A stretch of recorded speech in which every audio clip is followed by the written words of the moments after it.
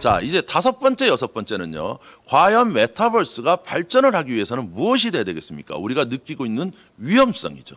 이 위험성을 어떻게 극복할 수 있을까라는 것이 바로 퓨처 프루프, 다시 말하면 미래 리스크를 보장하고 보증해 줄 수 있는 이러한 것들에 관련된 기술이 있어야 됩니다.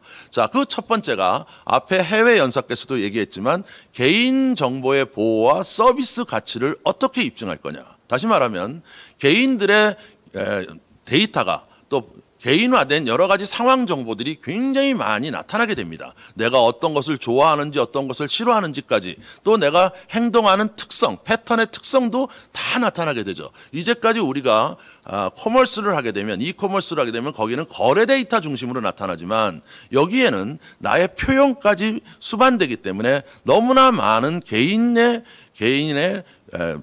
주권이 위배되는 데이터들이 많이 나타날 수 있다는 거죠. 그렇기 때문에 결국 메타버스가 발전하기 위해서는 고객이 과연 기꺼이 이러한 정보를 제공할 수 있는 매력, 서비스의 가치를 입증해 줘야 되고요. 또 한편으로는 당신의 정보가 확실하게 보호되고 있다는 것을 입증하는 기술, 이 두 가지가 있어야만 메타버스가 더욱 폭넓게 발전할 수 있을 거라고 판단이 됩니다. 자, 여섯 번째는요. 인공지능을 우리가 사용하지 않을 수가 없죠. 그러면 인공지능이 사용됐을 때 과연 책임 있는 AI로 개인적인 정보를 보호할 뿐 아니고 AI가 윤리적 가치를 입증할 수 있느냐라는 이 책임 있는 AI, 우리가 흔히 Responsible AI라고 하는데요.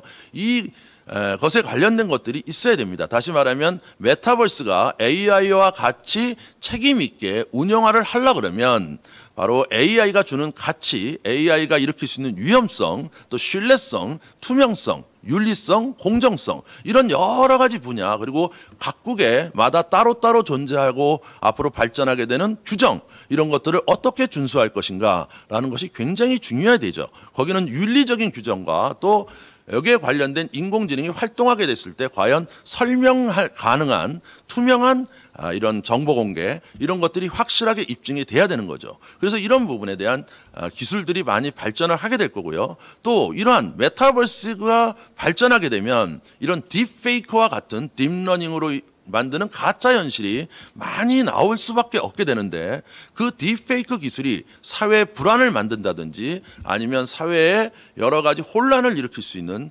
이러한 요소가 있기 때문에 이러한 부분에 대한 선제적인 법제화도 메타버스 발전에는 굉장히 필요한 분야가 아닐 수 없습니다. 오른쪽에 있는 삼성전자가 2019년에 만든 토킹 헤드라는 것이 바로 이제 그 안에 원천 기술이었는데요.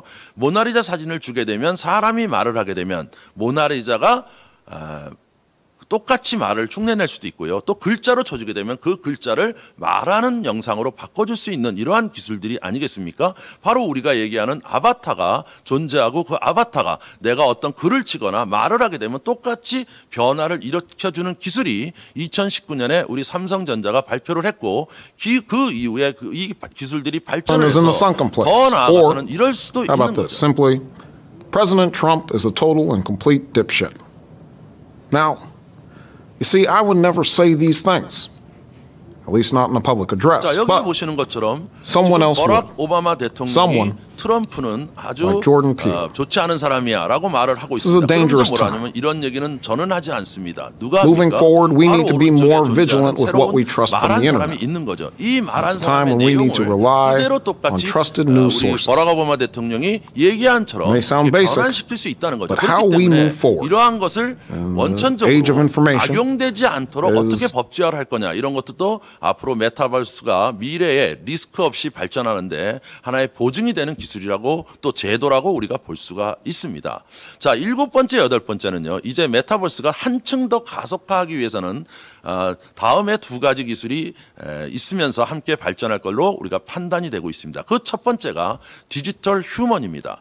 자, 우리가 우리나라 대기업의 어떤 금융회사나 또 어떤 전자회사나 이런 디지털 휴먼이 존재한다고 하고 있는데요. 저희가 보는 메타버스에서 얘기하는 디지털 휴먼은 그러한 동영상으로 제작해서 우리가 광고에 나오는 이러한 수준을 넘어선 다시 말하면 디지털 휴먼 자체가 지능을 갖고 있는 이라는 뜻으로 우리가 쓰고 있습니다. 자, 그렇게 되면 두 가지가 있겠죠.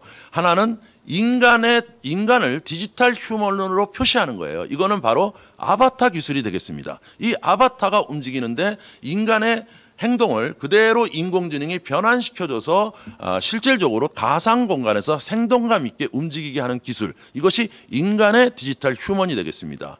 또 하나는 뭐가 있을까요? 인공지능의 디지털 휴먼이죠. 다시 말하면 어플리케이션으로 존재하는 인공지능이 가상 공간에서 디지털 휴먼으로 나타나고 나의 디지털 휴먼과 같이 서로 간에 얘기를 나눌 수 있고 활동할 수 있는, 이렇게 되려고 그러면 이 양자적인 측면이 다 존재할 수밖에 없는 거예요. 그래서 디지털 휴먼은 두 가지 형태로 우리가 볼 수가 있습니다. 인간의 디지털 휴먼, 인공지능의 디지털 휴먼. 이것이 돼야 우리가 메타버스의 본질이라고 되겠죠. 그렇기 때문에 이제 향후에 인공지능과 함께 발전되는 의사소통, 구매, 판매, 학습, 이런 것들이 언제 어디서나 여러 장소에서 한 번에 다양한 작업을 수행할 수 있는 상상이 앞으로 점점 현실화될 거다라고 한 달 전에 발표한 가트너 그룹의 컨퍼런스에서 예측한 바 있습니다. 그래서 실제 한국의 서울에 있으면서 하는 일은 관광을 할 수가 있고요. 그런 동시에 미국에는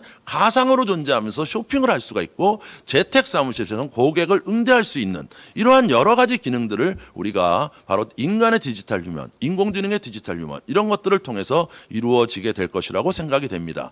그 하나의 예가 바로 여기서 보시는 아멜리아라는 이 여자 인공지능이죠. 이 디지털 휴먼은 이미 존재를 하고 있고요. 20여 개가 넘는 다국적 기업들에서 콜센터에서 실질적으로 콜센터 직원으로 활동을 하고 있습니다. 이 아멜리아는 거의 20개국을 언어를 할 수 있고요.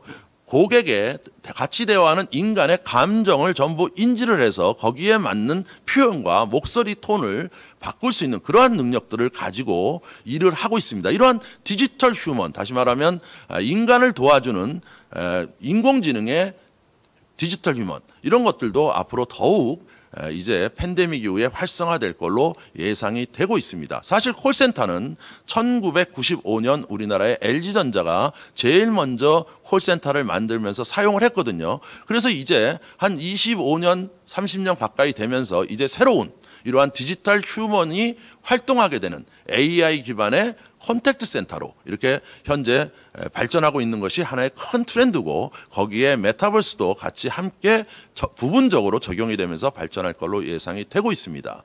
마지막으로 8번째 디지털 성장을 촉진할 수 있는 기술이 무엇이냐, 바로 분산화된 암호화 경제 네트워크라고 볼 수가 있습니다. 자, 지금 3차 산업혁명 시대는 우리가 서플라이어와 커스터머 사이에 어그리게이터들이 있습니다.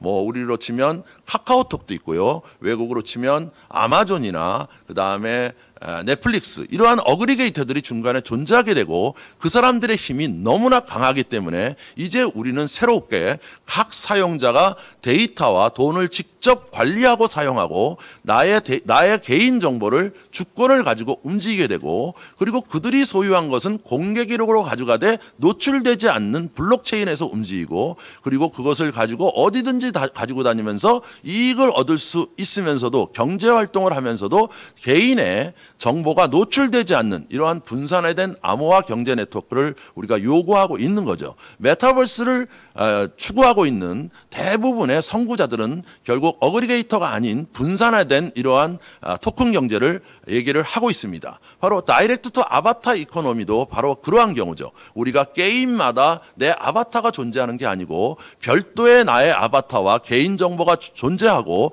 나는 그 각각의 사이트에 내 개인 기록을 노출하지 않은 상태에서 들어가서 활용될 수 있는 것을 우리가 의미를 한다고 볼 수가 있습니다. 그렇기 때문에 블록체인 기반의 스마트 계약과 지불 기술이 발전을 하게 될 겁니다.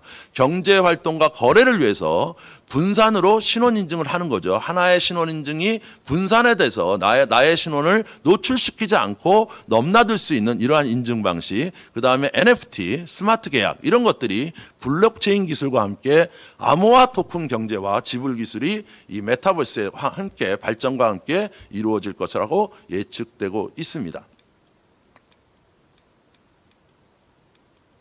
자, 마지막 정리하겠습니다.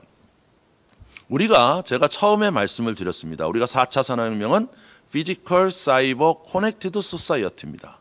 이거는 이미 클라우드 슈밥 교수나 우리가 과거에 2013년에 디지털라이제이션을 할 때 정해놓은 그러한 용어의 개념입니다. 이 소리는 뭘까요? 바로 사이버 피지컬 코넥티드 소사이어티, 바로 초연결 사회라고 불렸던 것입니다. 그럼 메타버스는 무슨 뜻입니까? 메타가 초입니다. 초월. 버스는 유니버스죠.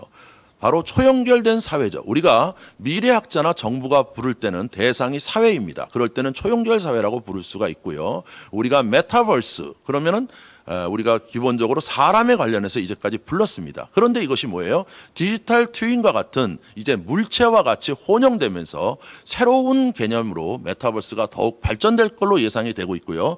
우리가 용어에 국한되지 않는 사이버 피지컬 커넥티드 소사이어티로서의 새로운 발전, 거기에 가장 원동력이 되는 메타버스, 그 근간에는 바로 소셜 디스턴스가 오는 오프라인의 대위기가 오프라인과 온라인을 넘나드는 사회의 욕구를 발산시키면서 이러한 수요가 필요 충분 조건으로 발전할 수 있는 그러한 토대가 됐다고 생각합니다. 자, 여러분 감사합니다.